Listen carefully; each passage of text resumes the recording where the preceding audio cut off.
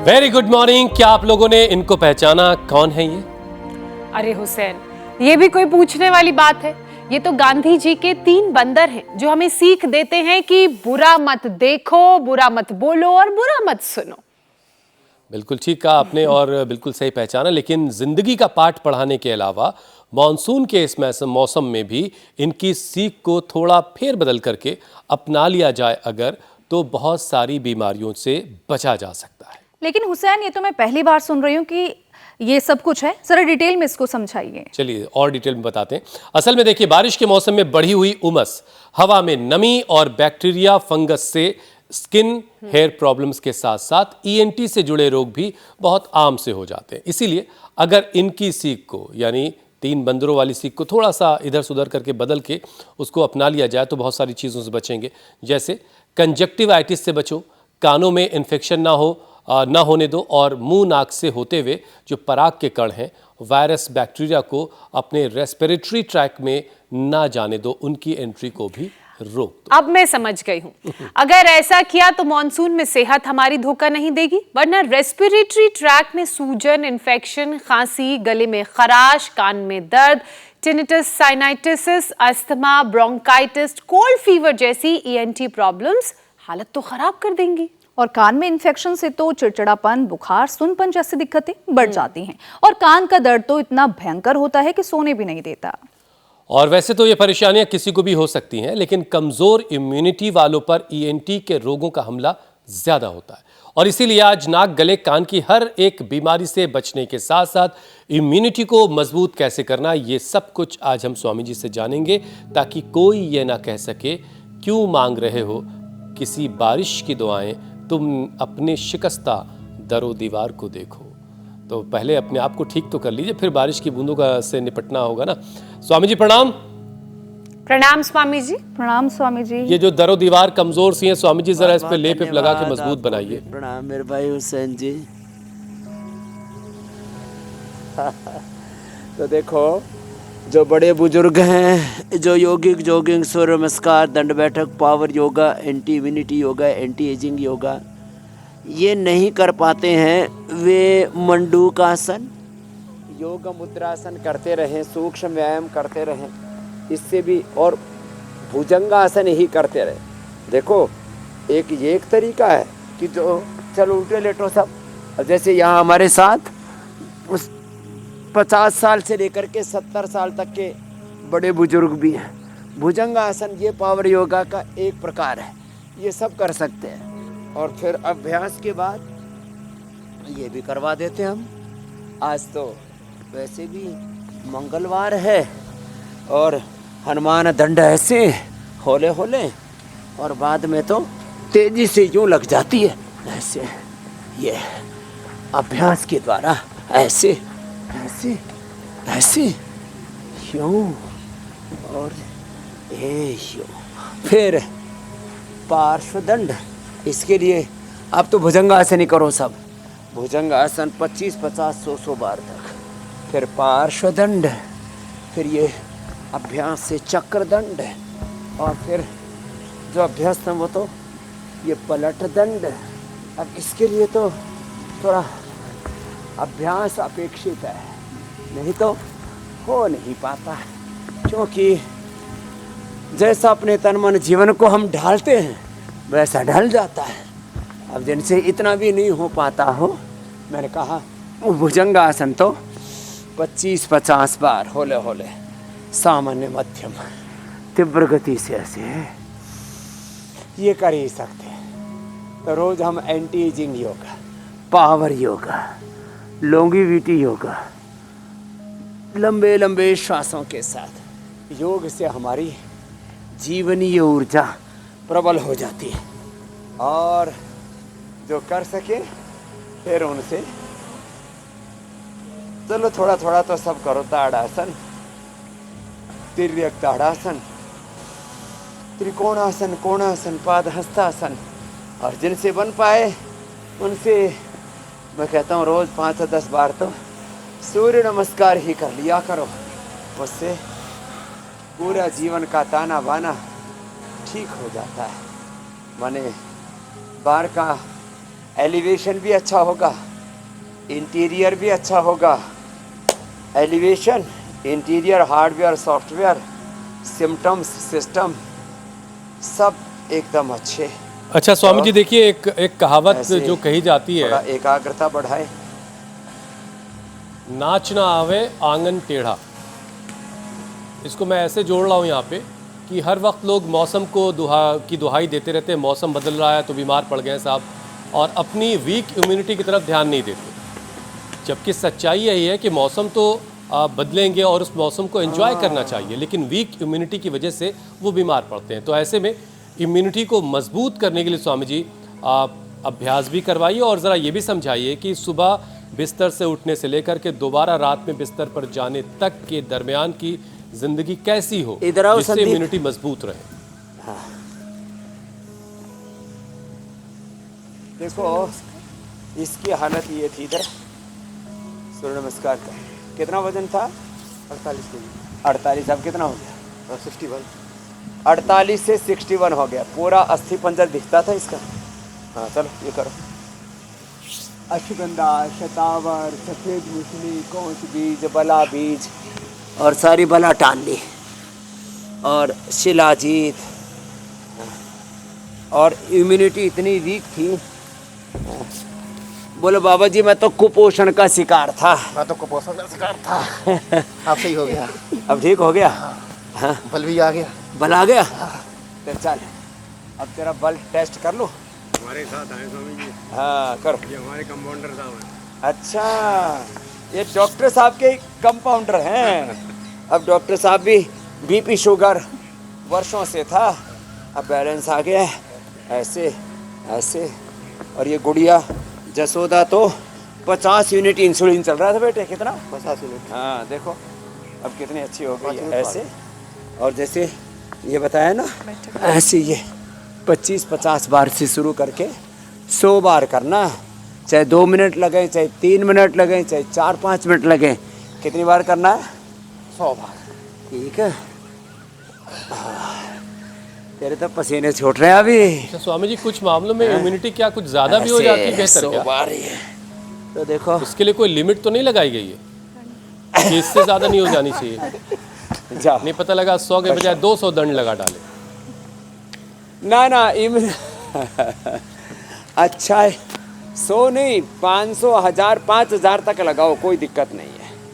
5000 दंड लगा के फिर थोड़ा बटरफ्लाई कर लो, फिर थोड़ा सा ये कर लो, मरकटासन कर लो, एकदम रिलैक्स हो जाएंगे। जैसे कुछ अच्छाई दांत की अच्छे कोई हैं, लिमिट नहीं है। 5000 वाली इम्यूनिटी भी अच्छी है। ज्ञान हो, प्रेम हो, भक्ति हो, सद्गुण हो, सद्भाव हो, स्वास्थ्य हो, समृद्धि हो, इम्यूनिटी हो। जैसे कुछ लोग ना हद से ज़्यादा नीचे गिर जाते हैं, तो लिमिट बांधी हुई है कि भाई खाने की इससे ज़्यादा मत खाना। हाँ बीमार हो तो साल में 1-2 बार थोड़ा सर्दी जुकाम बुखार हो गया तो चलेगा, रोज़ ही के रोज़ बीमार हुए पड़े रहोगे तो ये चलने वाला नहीं है। हाँ तो वैसे हमारी तरह से कभी ना हो तो और अच्छा। तो ये देखो अभी आज आसमान साफ है, कल तो कई जगह प्रलयंकारी बारिश हो रही थी। आप भी दिखा रहे थे, मैंने देखा हेडलाइंस में। अब इंडिया टीवी ने मौसम की हेडलाइन अलग से चला रखी थी। मैंने कहा ये ज़ोरदार मामला है, कहीं बाढ़ आ रही है, कहीं पर पहाड़ गिर रहे हैं, कहीं और तमाम तरह के। जब मौसम करवटें बदलता, हम तो करवट बदल रहे हैं योगासन में, और मौसम करवटें बदल रहा है। अब देखो आज इतनी भयंकर धूप है, लेकिन इस धूप में भी हम सूर्य स्नान कर रहे हैं। तेज़ हवा चल रही है तो वायु स्नान हो जाता है, हवन में अग्नि स्नान हो जाता है, और जब मिट्टी चिकित्सा करते हैं तो मिट्टी स्नान हो जाता है, मृदा स्नान, जल से स्नान तो होता ही है। और हम तो सुबह सुबह पसीने को बोलते घर्म स्नान, पसीना स्नान हो जाता है, घर्म स्नान। अब ऐसे जो कर लेगा हुसैन भाई उसको कहाँ कोई रोग होगा। उसका तन, उसका मन, उसका जीवन पूरा निष्कलंक होगा, निर्दोष होगा, निरोग होगा। उसका जीवन निर्भय अभय मौसम होगा। को दोष देने वाले जीवन में ये आम भी स्वास्थ्य, देख सुख, रहे शांति, होंगे। समृद्धि, सफलता, विजय होगी। अगर इस मौसम में आपकी इम्यूनिटी कमज़ोर नहीं होगी तभी आम को आप एंजॉय कर पाएंगे, वरना आम भी बस एक खा के रुक जाइएगा। अभी आपका जो स्वामी जी हाँ, कैमरा ये में बात दिखा रहा है आपने बिल्कुल नीला आसमान, साफ़ सुथरा, वाकई बहुत आपके यहाँ जो एयर क्वालिटी इंडेक्स है वो भी बहुत शानदार है। अच्छा स्वामी जी देखिए, बारिश के मौसम में वायरल इन्फेक्शन सबसे ज़्यादा लोगों को होता है। सर्दी ज़ुकाम का हो जाना, बुखार, सिर दर्द लिए लोग अक्सर दिखाई दे जा रहे हैं आजकल। तो स्वामी जी ये इस मौसम में जो सर्दी ज़ुकाम हो रहा है, बुखार हो रहा है, इनसे कैसे निपटा जाए? तो एक तो रोज ना नियम से 1-2 मिनट पवन मुक्तासन, 1-2 मिनट उत्तान पादासन। और आज मैं सबसे का आह्वान करना चाहूँगा, अपने घर में या तो महासुदर्शन गणवटी या ज्वरनाशक वटी या फिवोग्रिट या गिलोय गणवटी या गिलोय तुलसी, काली मिर्ची, ये तो सबके घर में होनी चाहिए। इसका काढ़ा बना के पी लो।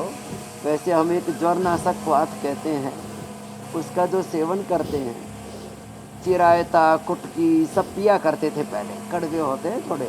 और वर्ष के आरंभ में हमने बताया था काफ़ी विस्तार से, 1 सप्ताह 10 दिन तक तो लगातार नीम के कच्चे पत्ते, उसकी मंजरी, उसमें थोड़ी सी काली मिर्च, उसमें थोड़ी सी अजवाइन, थोड़ा सा हींग और सेंधा नमक डाल के 5 चीज़ों को जो खा लेते हैं, फिर उनको साल भर तक कोई बीमारी नहीं होती। ना तो बुखार चढ़ता ही नहीं। हमने तो देखा है अपने बड़े बुजुर्गों को। हमारी एक दादी फत्तो थी, फत्तो दादी को वो 100 साल से ज़्यादा की होकर के दुनिया से गई, एक बार भी बुखार नहीं चढ़ा पूरी ज़िंदगी में, एक बार भी। लो, एक बार भी बुखार नहीं चढ़ा, एक बार भी बीमार नहीं पड़ी, और एक बार भी ऐसा नहीं था कि एकदम गचागच चूरमा, घी चूता हुआ है, वो चूरमा खाया करती और रोज अपना पुरुषार्थ किया करती। हमने तो बुढ़ापे में उनको देखा था, तब लगभग 90-100 साल की उम्र थी। फिर तो हम आ गए इस योग के मार्ग पर, हिमालय की ओर निकल पड़े थे। तो सुई में धागा पिरो दिया करती थी, इतनी तेज नज़र थी। तो देखो, ये बरसात में सर्दी, जुकाम, बुखार, ये सब उनको होता है जिनकी इम्यूनिटी कमज़ोर होती है। इम्यूनिटी के लिए जैसे मैंने संदीप बालक को बुलाया, उसकी इम्यूनिटी इतनी कमज़ोर थी, 48 किलो तो वज़न था, और जब देखो तब बीमार पड़ा रहता था। फ़ोटो खींचे तो एक्सरे नज़र आता था। यह हालात थी। तो अश्वगंधा शतावर लेकर के, दूध में थोड़ा शिलाजीत 1-2 बूंद लेकर के योगाभ्यास करके अपने आप को मजबूत बना लिया। तो भाई अपने आप को मजबूत बनाएं। इम्यूनोग्रिट वटी, इम्यूनोग्रिट गोल्ड खाएं। अपने अपनी प्रकृति के अनुसार ये मंडूक आसन, और जो कर सके योग मुद्रा आसन, तो कम से कम 2-4 आसन, 2-4 प्राणायाम ये तो रोज़ कर लिया करें। फिर जिनकी ज़्यादा ही इम्यूनिटी कमज़ोर है तो सुबह आंवला, एलोवेरा, गिलोय, गोधन अर्क में बताता ही हूँ। आंवला, एलोवेरा, गिलोय, गोधन अर्क हनी के साथ 1 चम्मच सुबह खाली पेट घृतपान करना चाहिए। और जिनको अलग अलग प्रकार का कुपोषण है तो सिंथेटिक न्यूट्रास्यूटिकल्स को छोड़ के natural vitamin D, B12, calcium, iron, omega, और सबसे अच्छी बात तो ये है कि हम जो है अपने खान पान में सुधार करें, मिलेट्स का सेवन किया करें, नेचुरल घी, नेचुरल तेल, साग सब्जी, अपनी जो प्राकृतिक जीवन पद्धति ने back to basic, back to nature, back to Vedas, back to Ayurveda, ये वापस इधर ही लौटना पड़ेगा। लोगों ने बहुत उल्टा पुल्टा करके देख लिया, कुछ मिला नहीं। और इसलिए अब देखो हमारे पास ये विभाकर बैठे हुए हैं, खून की उल्टियाँ होती थी, लीवर सिरोसिस इतना ज़्यादा हो गया था। अब तो बैठो अब तो ठीक हो गए एकदम। जोरदार अभिनंदन भाई विभाकर जी का। Liver cirrhosis, fatty liver transplant की नौबत से उभर करके आ गए। चलो आप भी मंडूक आसन करो जी विभाकर जी। और ये दामोदर जी, क्रेटिनिन 2.48, करीब 2.5-3 क्रेटिनिन पहुंच गया था, अब 1.25 पर आ गया, 1.36। और यूरिया, हो ये हमारे डॉक्टर हरिओम जी, बीपी, शुगर, उससे फिर जो है प्रोटीन लीकेज, यूरिया, ये सब बढ़ गया था। अब नॉर्मल हो रहे हैं, बस अब ऐसे लगे रहे ना डॉक्टर साहब, करो कपालभाति करो, अनुलोम विलोम करो, ये लगातार करना। इम्यूनिटी के लिए इम्यूनोग्रिट गोल्ड, सुबह उठते ही गोली टेक लिया करो, इम्यूनोग्रिट गोल्ड बेस्ट है। और जैसे बिटिया बता रही थी ना, वैद्य दीक्षा, पीसीओडी इसने ठीक कर लिया। और 1 चम्मच रोज घी लेती थी, 1-2 चम्मच, 1 ही चम्मच लेना बेटा, 2 नहीं, तो 1 चम्मच ही पर्याप्त रहता है, वही पूरे शरीर में रच बस जाता है। दिन का खाया हुआ 5-10 चम्मच और सुबह का खाया हुआ 1 चम्मच बराबर है, और शरीर में लग जाता है। ऊपर से 1 चुटकी नमक और तेज गर्म पानी पी लो, पूरा शरीर, पीसीओडी भी ठीक हो गई, वेट भी कम हो गया, और शरीर जो है वो पूरा उसमें सहज सौंदर्य, सहज स्वास्थ्य उभर आया। तो ये मंडूक आसन से लेकर के गोमुखासन तक, पवन मुक्त आसन से लेकर के जो कर सके उनको तो शीर्षासन भी करना चाहिए। ये भी इम्यूनिटी के लिए बड़ा ज़बरदस्त है, शीर्षासन, सर्वांगासन। तो जो कर सके उनको तो मैं रोज़ ही एक बार प्रेरित कर देता हूँ भाई, जो जवान है और शरीर पर नियंत्रण है, तो चलो आप तो मंडूक आसन, गोमुखासन करो, और जो कर सके उनको तो ये भी करना चाहिए। स्वामी जी, सारा immunity तो गेम अब 100 साल इम्यूनिटी तक का अच्छी ही है, रहेगी। जैसा आप बता भी रहे हैं। और अगर इम्यूनिटी इंटैक्ट रहेगी तो हमारी जो बॉडी है वो डिजीज प्रूफ हो जाएगी। लेकिन बहुत सारे हमारे शरीर के ऐसे अंग, ऑर्गन्स हैं जो आपस में कनेक्टेड हैं। अब कान, नाक, गले की बात कर ली जाए, ये शरीर के ऐसे अंग हैं जो एक दूसरे से जुड़े होते हैं। यानी कि अगर किसी एक अंग में भी किसी तरह की कोई तकलीफ या रोग होगा तो उसका असर दूसरे में नजर आएगा, या वो रोग दूसरे अंग में फैलना भी शुरू हो जाएगा, ऐसी पूरी संभावना होती है। तो पहले बात गले और नाक से जुड़े रोगों की करते हैं। स्वामी जी, आपने तो हमेशा जल नीति और सूत्र नीति को रामबाण बताया है, इनके अलावा भी क्या कोई और उपाय हैं जो गले और नाक के लिए फायदेमंद हैं? हाँ, नाक के लिए नशे कर लिया करे अणु तेल से। जो जल नीति, सूत्र नीति भी नहीं कर पाते ना, सर्वांगासन, हलासन, ये भी नाक, गले, कान के लिए बड़ा जबरदस्त है। तो जो कर सके उनको तो अवश्य करना ही चाहिए ऐसे। और देखो, इम्यूनिटी अच्छी होती है ना, तो श्रावण और भाद्रपद की, सावन और भादों की जो धूप है ना, ये वही सह पाएंगे हमारी तरह से जो योग करते हैं। नहीं तो ये भी बड़ा जो है ना आदमी को झुलसा देती है। तो नाक के लिए अणु तेल, और घरों में सबके सरसों का तेल होता है, और बादाम रोगन, ये भी बड़ा अच्छा होता है। बादाम रोगन या गाय का घी डाल दिया करें। अनुलोम विलोम तो बड़ा ही ज़बरदस्त है नाक के लिए। और जिनको कफ कोल्ड रहता है, इम्यूनोग्रिट वटिया, इम्यूनोग्रिट गोल्ड और स्वासरी अप्रोन को में एक ले लें। 100 साल तक कभी भी आपको कफ, कोल्ड, सर्दी, जुकाम, फिर उससे बुखार, फिर एक इन्फ्लेमेशन, बहुत तरह की दिक्कतें आनी शुरू हो जाती हैं। नाक के लिए अणु तेल का नशे, या सरसों का तेल, या बादाम तेल का, या गाय के घी का।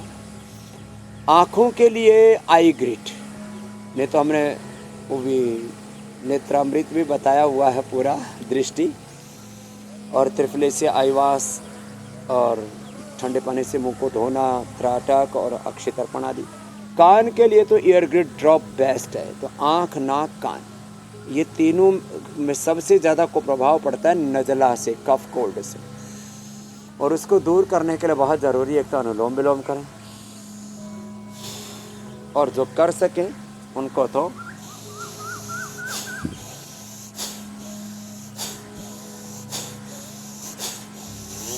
भस्त्रिका, कपालभाति और उज्जाई,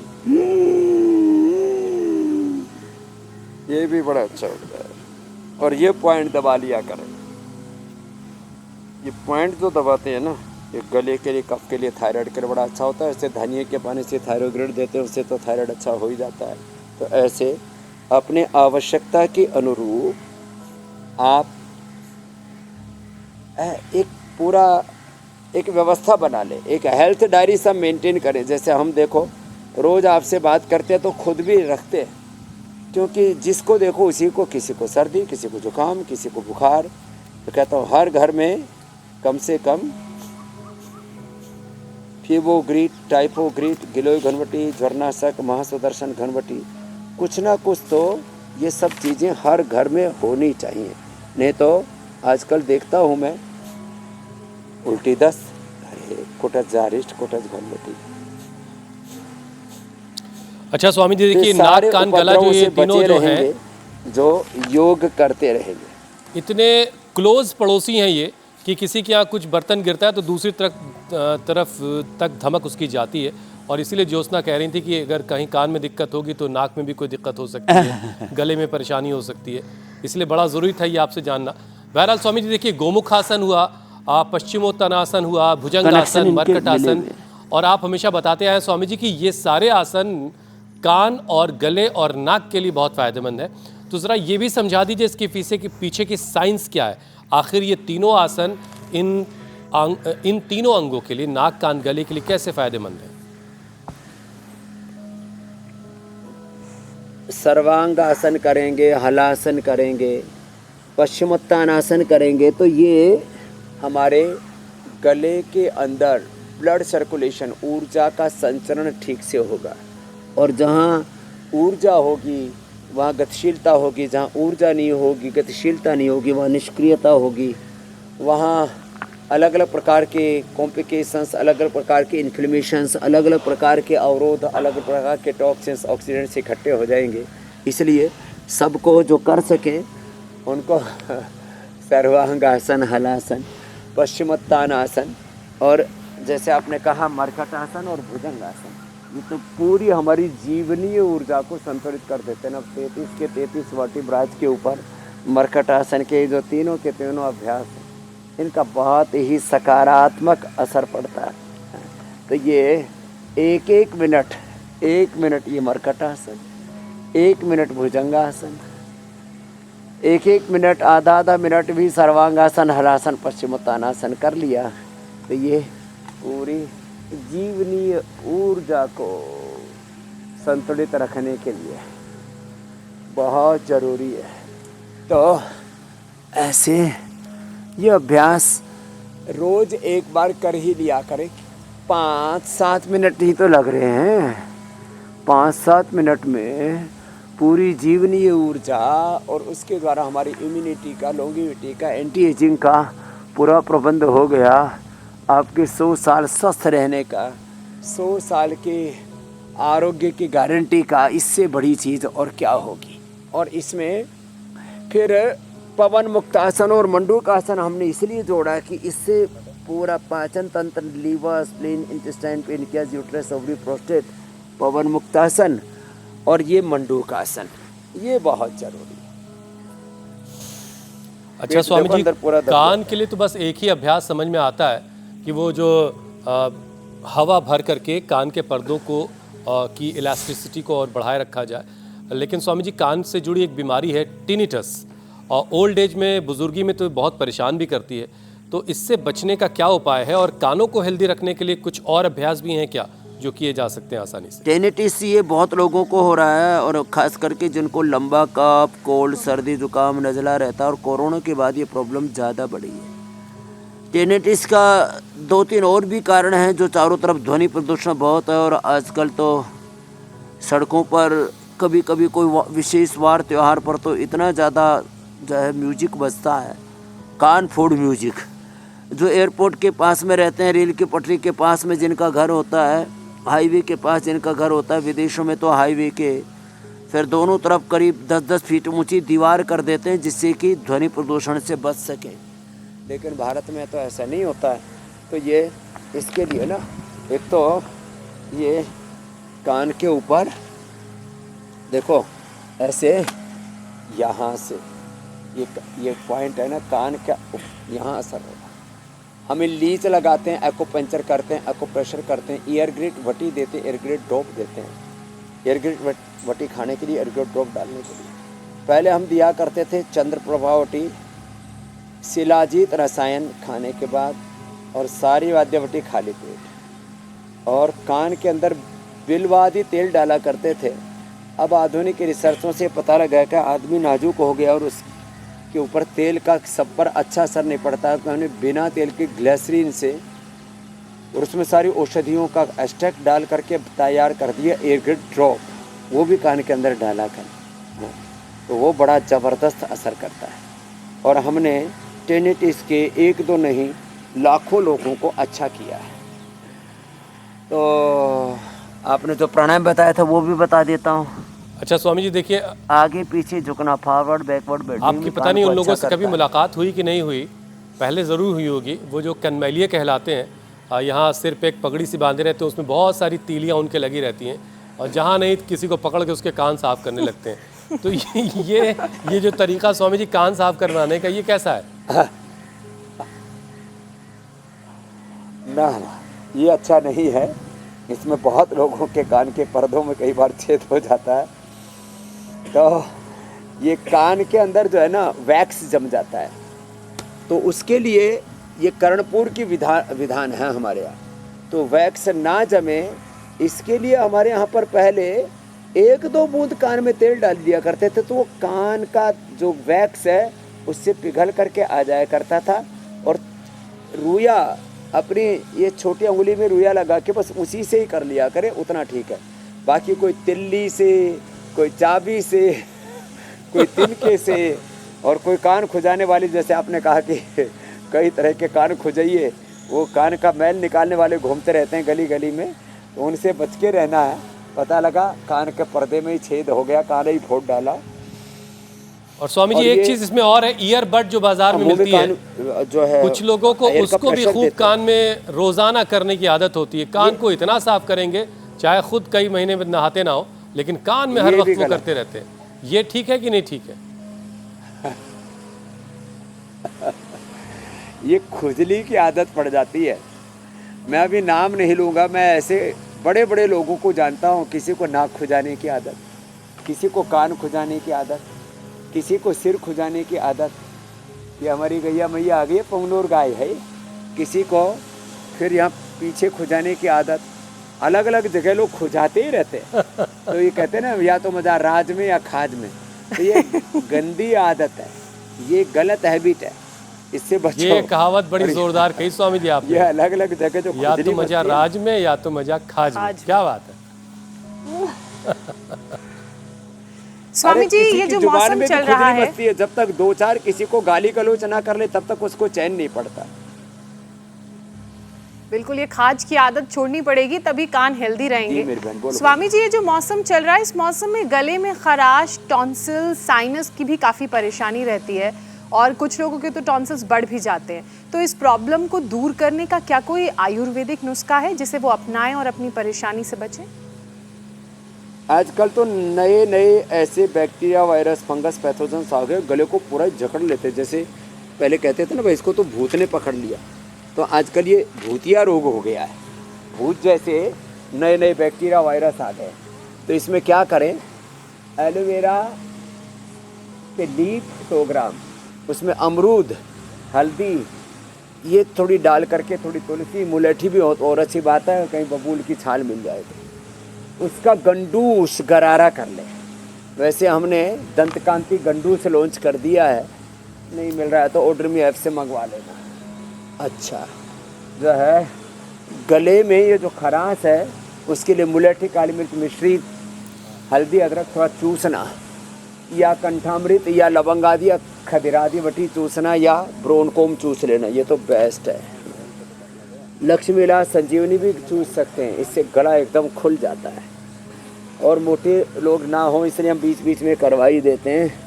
हाँ, तो गले के लिए हमने बता दिया। दही, अभी दही नहीं खाना चाहिए सावन के महीने में, बरसात में दही नहीं खाना चाहिए, रात को दही नहीं खाना चाहिए। लेकिन लोग दही बड़े अभी भी खाते हैं, दही बड़े, पकौड़े, मतलब थोड़ी सी, अब जैसे अब धूप पड़ रही है तो गर्मी तो तेज़ लग रही है, फिर एकदम से फ्रिज के पानी में शरबत डाल करके पिएंगे, फिर कहेंगे सर्दी जुकाम हो गया, सर्द गर्म हो गई। तो ये सर्द गर्म को हमारे यहाँ पर मना करते हैं। हमारे यहाँ तो एकदम से बोले पेड़ की छाँव से भी, एकदम धूप में, धूप से एकदम छाँव में भी नहीं बैठो। हम तो क्या करते हैं, सीधे ही कूलर AC चला करके फिर कहते हैं सर्द गर्म बिगड़ गया, फिर छींकम छींक और बॉडी के अंदर रिएक्शन होता है। तो जो है सब चीज़ सहती सहती करनी चाहिए। तो ये है स्वास्थ्य का सिद्धांत। तो गला भी अच्छा रहेगा, गला गड़बड़ नहीं होगा। ओबेसिटी के लिए 2 अभ्यास 3 अभ्यास करते हैं। अच्छा स्वामी जी, ये बदलता हुआ मौसम जो है बड़े बुजुर्गों को ज़्यादा प्रश्नकाल परेशान भी होने करता वाला है। है।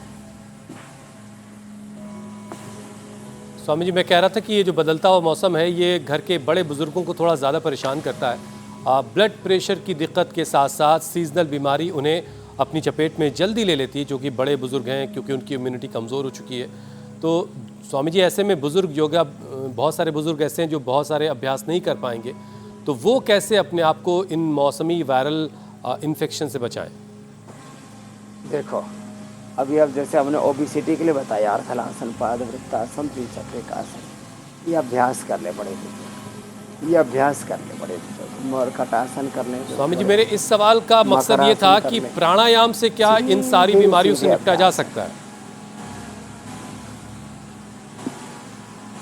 हाँ, ये आपने अच्छा पूछा। प्राणायाम एक ऐसी विद्या है, प्राण विद्या, इसको ब्रह्म विद्या भी कहा है। इसमें अपरा परा विद्या, ये सब अंतर्निहित सन्निहित है। अब देखो, लौकी का जूस पिया, मुक्ता होटी ली, बीपी नॉर्मल हो गया। हमारे डॉक्टर साहब बैठे हुए, डॉक्टर हरिओम जी खुद डॉक्टर है। अब एलोपैथिक दवाई नहीं खानी पड़ रही है ना डॉक्टर साहब, कोई एलोपैथिक दवाई नहीं खानी पड़ रही है। करो देखो प्राणायाम, डॉक्टर प्रमाण है, डॉक्टर हरिओम। मुक्तावटी ली, लौकी का जूस लिया, प्राणायाम किया, अनुलोम विलोम किया, शीतली शीतकारी किया। ये बीपी के लिए है साहब, शीतली शीतकारी।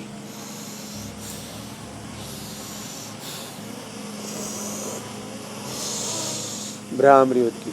शुगर के लिए तो मधुनाशिनी, मधुग्रिट, खीरा, करेला, टमाटर। बीपी शुगर नॉर्मल, उसका असर किडनी पर, आंखों पर, ब्रेन नर्वस सिस्टम पर आ जाता है। तो बीपी शुगर और बीपी शुगर के सारे कॉम्प्लिकेशंस मेरे भाई अच्छे हो जाते हैं हुसैन जी। ये है योग की महिमा। डिजीज और डिजीज की कॉम्प्लिकेशंस खत्म। सिंथेटिक दवाइयाँ और सिंथेटिक दवाइयों के सारे साइड इफेक्ट्स, उनसे आप मुक्त हो जाते तो हैं। मतलब ये कि अगर आप योगाभ्यास नहीं कर पा रहे हैं तो प्राणायाम से भी आप अपने 99% बीमारियों को कंट्रोल कर सकते हैं और धीरे धीरे उन पर काबू भी पा सकते हैं। तो प्राणायाम आप करते रहिए ज्योत्सना और ईशा के साथ। और स्वामी जी के लिए अब हम सवालों के सिलसिले की शुरुआत कर लेते हैं। और स्वामी जी, पहला सवाल देहरादून से सुशील जी का है। उनके बाएं जबड़े की तरफ दांतों में दर्द है और इससे उनके सिर की नसें भी खिंचने लगती हैं, इतना दर्द होता है। तो उनके लिए क्या उपाय है स्वामी जी? हाँ, दर्द के लिए एक तो ये जबाड़े को ऐसे करें। कई बार ब्लड सर्कुलेशन ना होने से इन्फ्लेमेशन अंदर आ गया, उसके लिए बबूल की, या हो सके तो एक हरियाणा में व्यक्ति है, राजनीति में अजय जैसा है, धर्मवीर, मेरे से बोले स्वामी जी, अभी सांसद भी है, कई बार सांसद, कितनी बार एमएलए रहे। बोले बाबा जी, वो आपने चिरचिटा अपामार कबड़ा गजब बताया था, उसकी दातुन, और उसको मैंने तो पूरा पौधा ही उखाड़ करके उबाल करके और उसमें पानी सा बना लिया, और वो एक बार का पानी 6-7 दिन काम आ जाता है। हिलते हुए जाड़ दांत ठीक हो जाते हैं, अंदर का जबड़े का दर्द, दांतों की सूजन, पायरिया, सब ठीक हो जाता है। इतना ज़बरदस्त है ये चिरचिटा अपामार्ग का प्रयोग। और ये बता दिया मैंने। और ये नाखूनों के अगले वाले हिस्से, ये यहाँ से अंगुलियों के अगले वाले हिस्से, ये यहाँ से ऐसे हार्ड सरफेस पर ऐसे दबाते हैं, इससे सारे जबड़े का दर्द, दांत का दर्द। और ट्राइजेमिक नौराजी है तो फिर एक्यूपंक्चर, एक्यूप्रेशर, लीज थेरेपी कराते तो वो भी ठीक हो जाता है। अगला प्रश्न आप ले लीजिए, दंत कांति करें, दंत मंजन करें। स्वामी जी, अगला सवाल त्रिपुरा से अभिजीत देवनाथ का है। उन्हें फ्रोजन शोल्डर की परेशानी है, उपाय आपसे जानना चाह रहे हैं कि कौन सी एक्सरसाइज करें कि ये दर्द दूर हो जाए। फ्रोजन शोल्डर के लिए एक तो ये अभ्यास, दूसरा जो है ये अभ्यास, तीसरा उष्ट्रासन, मकरासन, भुजंगासन, मरकटासन करें। खाने के बाद त्रयोदशांग गुग्गल, खाली पेट पीला गोल्डन ले लें थोड़े दिन तक, और ये प्रॉब्लम ठीक हो जाती है 100% फ्रोजन शोल्डर की। कुछ ज़्यादा ही तेज़ धूप आ गई तो भगवान जी ने इधर उधर से उड़ा करके बादल भेज दिए सूरज के पास। भगवान बड़े दयालु हैं, बड़े मेहरबान हैं, बड़ी रहमत है उनकी, कृपा करुणा है। कुछ और सवाल स्वामी जी ले लेते हैं। नागपुर से राजेश का ये सवाल है, उनकी पत्नी को पार्किंसन की दिक्कत है, बहुत सारी दवाइयाँ खाने के बाद भी उनको कोई आराम नहीं मिल रहा है। उनका दाएं हाथ में पार्किंसन है और दाएं पैर में बहुत दर्द रहता है, उनके लिए क्या उपाय है? मेमोरी ग्रिट और न्यूरोग्रिट तो खाली पेट खाने के बाद मेदावटी और इम्यूनोग्रिट दे दें। अनुलोम विलोम ज़्यादा करा दे। गायत्री ओंकार का जप, उस वाहिगुरु अकाल पुरुष खुदा अल्लाह ऑलमाइटी गॉड का ध्यान करें। भगवान का ध्यान करते हुए अनुलोम विलोम प्राणायाम ज़्यादा करें, थोड़ा सूक्ष्म व्यायाम करें, ये जो अभ्यास बताते हैं ये सब, और अनुलोम विलोम प्राणायाम ज़्यादा करें। और जो औषध उपाय बताए हमने उनको करेंगे तो निश्चित रूप से ठीक हो जाएंगे। सुबह हो सके तो बादाम रोगन, बादाम का तेल, अखरोट का तेल, गाय का घी, कोई भी सुबह खाली पेट जरूर ले लिया करें। इससे ब्रेन के पूरे न्यूरॉन्स, सिनैप्स, उनकी सिग्नलिंग और के पूरे कोऑर्डिनेशन, कम्युनिकेशन पूरा ब्रेन का बहुत अच्छा रहेगा। स्वामी जी अब लगाते हैं पंचायत।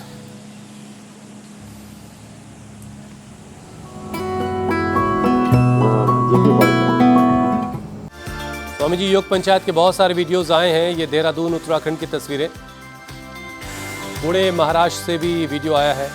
पुणे वाले तो रोज़ाना ही तस्वीरें भेजते हैं। ये नागौर राजस्थान में एक परिवार के सभी उम्र के लोग दिखाई दे रहे हैं।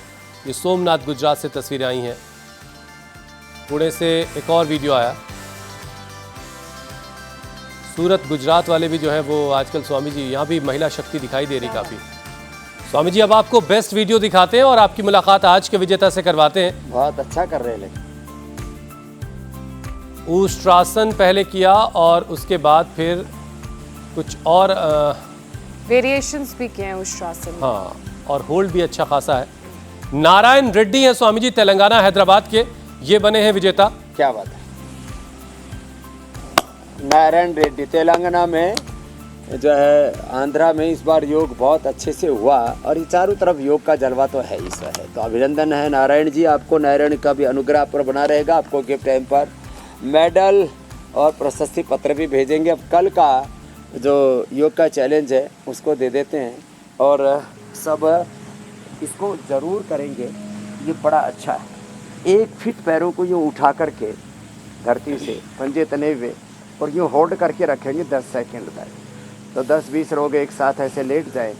इससे नाभि दर्द भी ठीक हो जाती है, पीछोटी और कोड़ी ठोड़ी बोलते हैं इसको। ये कोड़ी भी ठीक हो जाती है, धरण भी ठीक हो जाती है ऐसे एक साथ। और ये लीवर के लिए, स्प्लीन के लिए, इंटेस्टाइन के लिए, कॉन्स्टिपेशन के लिए, पाइल्स, फिशर, फिस्टुला के लिए बड़ा ही गजब है। तो 10 सेकंड तक ऐसे होल्ड करके रखना है और वीडियो बना करके भेज देना है। उत्तान पादासन कल का योग पंचायत जो अच्छे से होल्ड करेगा उसे हम होल्ड करेंगे है सबके लिए। और फिर स्वामी जी के हवाले कर देंगे। स्वामी जी उन्हें इनाम दे करके पूरी दुनिया में उनका नाम रोशन कर देंगे। तो अच्छे से वीडियो बनाइए, 5 से ज़्यादा लोगों के साथ वीडियो होना चाहिए और 10 सेकंड की कैपिंग स्वामी जी ने लगाई तो 10 से ज़्यादा सेकंड होनी चाहिए। बहुत प्रणाम प्रणाम स्वामी जी। स्वामी जी। बहुत बहुत शुक्रिया।